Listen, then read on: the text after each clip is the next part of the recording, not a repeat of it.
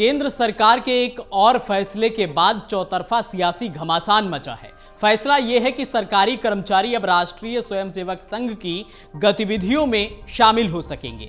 केंद्र सरकार ने आरएसएस की गतिविधियों में सरकारी कर्मचारियों के भाग लेने पर लगे प्रतिबंध को 58 साल बाद हटा दिया है। इस आदेश के बाद राजनीतिक गलियारों में हलचल मची हुई है। विपक्ष इस फैसले की जमकर आलोचना कर रहा है। कांग्रेस नेता जयराम रमेश ने अपने एक्स हैंडल पर पोस्ट लिखकर इसका विरोध जताया है। उत्तर प्रदेश की पूर्व मुख्यमंत्री मायावती ने भी इस फैसले को वापस लेने की मांग रख दी है। दरअसल आरएसएस भले ही राजनीतिक संगठन नहीं है, पर उसकी विचारधारा और केंद्र में सत्तासीन भारतीय जनता पार्टी की विचारधारा में कोई बड़ा अंतर नहीं है। आमतौर पर यह माना जाता है कि आरएसएस और भारतीय जनता पार्टी भले ही दो अलग अलग संगठन हैं, पर आपस में इस तरह गुथे हुए हैं कि चाहकर भी अलग नहीं हो सकते हैं। भारत में सिविल सर्विस को एक तरह डिजाइन किया गया है। सरकारें आती जाती रहती हैं, सिविल सर्वेंट बना रहता है, पर जो भी दल सरकार बनाता है सिविल सर्वेंट उसके प्रति जिम्मेदार होता है। इसलिए ही सरकारी कर्मचारियों की गलतियों के लिए मंत्रियों को जिम्मेदार बनाया जाता है। जब रेल दुर्घटना में 2 लोगों की मौत हो गई, उस समय के रेल मंत्री लाल बहादुर शास्त्री ने इसे अपनी गलती मानते हुए रिजाइन कर दिया था। बाद के दौर में भी ऐसा ही चलता रहा। मतलब ब्यूरोक्रेसी के काम की जिम्मेदारी नेता लेते रहते हैं। यही कारण है कि ब्यूरोक्रेसी ने अगर अच्छा काम किया तो श्रेय सरकार को मिलता है, और अगर खराब काम करने का दोष भी सरकार पर ही मढ़ा जाता है। शायद भारत में नौकरशाही को इसलिए ही राजनीति से दूर रखा गया है, पर अब इस आदेश के बाद आरएसएस के कार्यक्रमों में अधिकारियों की भागीदारी से यह स्पष्ट हो जाया करेगा कि अमुक अधिकारी की निष्ठा बीजेपी के साथ है। यह परंपरा देश में नौकरशाही के भविष्य के लिए जहां घातक है, वहीं उम्मीद की किरण भी है। हालांकि देश का कानून सरकारी कर्मचारियों को किसी भी राजनीतिक दल में शामिल होने का विरोध करता है। सरकारी कर्मचारियों के मैनुअल में ये बात क्लियर की गई है कि कोई भी सरकारी कर्मचारी किसी राजनीतिक दल या किसी ऐसे संगठन का सदस्य नहीं होगा, और न ही उससे अन्यथा संबंध होगा जो राजनीति में भाग लेता है, और न ही वह किसी राजनीतिक आंदोलन या गतिविधि में भाग लेगा, सहायता के लिए चंदा देगा या किसी अन्य तरीके से सहायता करेगा। सवाल उठ रहा है कि अचानक बीजेपी नीति केंद्र सरकार को इस तरह का नोटिफिकेशन क्यों जारी करना पड़ा। आखिर पिछले 10 साल से बीजेपी की सरकार है, कभी इस तरह की ना डिमांड की गई और ना ही सरकार ने इस पर विचार किया। इससे पहले अटल बिहारी वाजपेयी की 2000 से 2004 तक की बीजेपी की केंद्र में सरकार थी। उस समय भी कभी सरकार ने राष्ट्रीय स्वयंसेवक पर लगे इस प्रतिबंध को हटाने के बारे में नहीं सोचा। फिर ऐसी क्या जल्दी मच गई।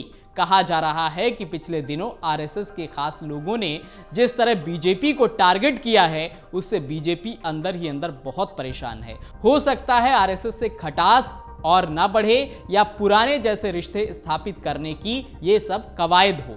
पर एक बात और है जिसके चलते भारतीय जनता पार्टी के लिए इस तरह का आदेश निकालने के लिए मजबूर होना पड़ा होगा। उत्तर प्रदेश में लोकसभा चुनाव में मिली बीजेपी को करारी शिकस्त के बाद हार के कारणों की समीक्षा में जो बात सामने आई है, उसके अनुसार प्रदेश के कई हिस्सों में अधिकारियों ने पार्टी कार्यकर्ताओं की मदद नहीं की है। लोकसभा चुनाव में कम सीट मिलने का ये कारण मामूली नहीं है। बताया जा रहा है कि उत्तर प्रदेश में बीजेपी की सरकार होने के बावजूद कई जिलों में बीजेपी वोटर्स के नाम मतदाता सूची से काट दिए गए हैं। प्रशासन के सरकार के साथ होने का फायदा अन्य कई तरह से सत्ताधारी पार्टियां उठाती रही हैं। ये कोई ढकी छुपी बात नहीं है। बीजेपी कार्य समिति की बैठक के दौरान पार्टी नेताओं ने ही नहीं बल्कि सहयोगी दलों ने भी आरोप लगाया है कि चुनाव में अधिकारी विपक्ष की मदद कर रहे थे। निषाद पार्टी के अध्यक्ष और प्रदेश सरकार में मंत्री संजय निषाद ने तो यहां तक कहा कि सरकार में बहुत ही अधिकारी ऐसे हैं जिनकी निष्ठा आज भी समाजवादी पार्टी और बहुजन समाज पार्टी की तरफ है। कुल मिलाकर मतलब यही निकलता है कि प्रशासन में बीजेपी के लोग बहुत कम हैं। इसलिए सरकार की कोशिश है कि इस संख्या को बढ़ाया जाए। चूंकि कोई भी सरकारी कर्मचारी किसी तरह की राजनीतिक गतिविधियों में भाग नहीं ले सकता है और ना ही राजनीतिक दल में भी शामिल हो सकता है। इसलिए आरएसएस के नाम का सहारा लिया जा रहा है, क्योंकि आरएसएस एक सांस्कृतिक संगठन है। खास पार्टी की नौकरशाही का मतलब भेदभाव वाला प्रशासन या कुशल प्रशासन। कांग्रेस नेता जयराम रमेश आशंका जताते हैं कि नौकरशाही अब निक्कर में भी आ सकती है। उनके कहने का मतलब है कि इस आदेश के चलते भारतीय नौकरशाही पर आरएसएस की विचारधारा वाले लोग हावी हो जाएंगे। दरअसल इसमें कोई दो राय नहीं है कि सरकार भी यही चाहती है। हर सरकार के अपने एजेंडे होते हैं, पब्लिक के प्रति उसकी जवाबदेही होती है, चुनावी घोषणा पत्र में किए गए वादे होते हैं। जाहिर है कि इनको पूरा करने के लिए सरकार को अपनी विचारधारा वाले लोग चाहिए। कांग्रेस की विचारधारा या लेफ्ट की विचारधारा वाला प्रशासक किस तरह भारतीय जनता पार्टी के विचारों को आगे बढ़ाने में सफल साबित होगा। दूसरी बात यह भी है कि सरकारी अधिकारियों का काम पहले कानून व्यवस्था तक ही सीमित था। अब सरकारी कर्मचारियों का काम केंद्र की नीतियों का क्रियान्वयन ज्यादा हो गया है। मोदी सरकार ने पिछले 2 टर्म में तो पुरानी नौकरशाही से ही काम चला लिया, पर शायद तीसरा टर्म में सरकार और तेजी से काम करना चाहती है। इसके लिए जरूरत है कि सरकार अपनी विचारधारा वाले अपने लोगों को काम पर लगाए। इसीलिए इस तरह के फैसले पर बीजेपी और केंद्र सरकार ने अब जोर दिया है। अगर आप ये वीडियो YouTube पर देख रहे हैं तो हमारे चैनल को सब्सक्राइब करें और बेल आइकन को दबाना ना भूलें। अगर आप Facebook पर ये वीडियो देख रहे हैं तो हमारे पेज को लाइक करें।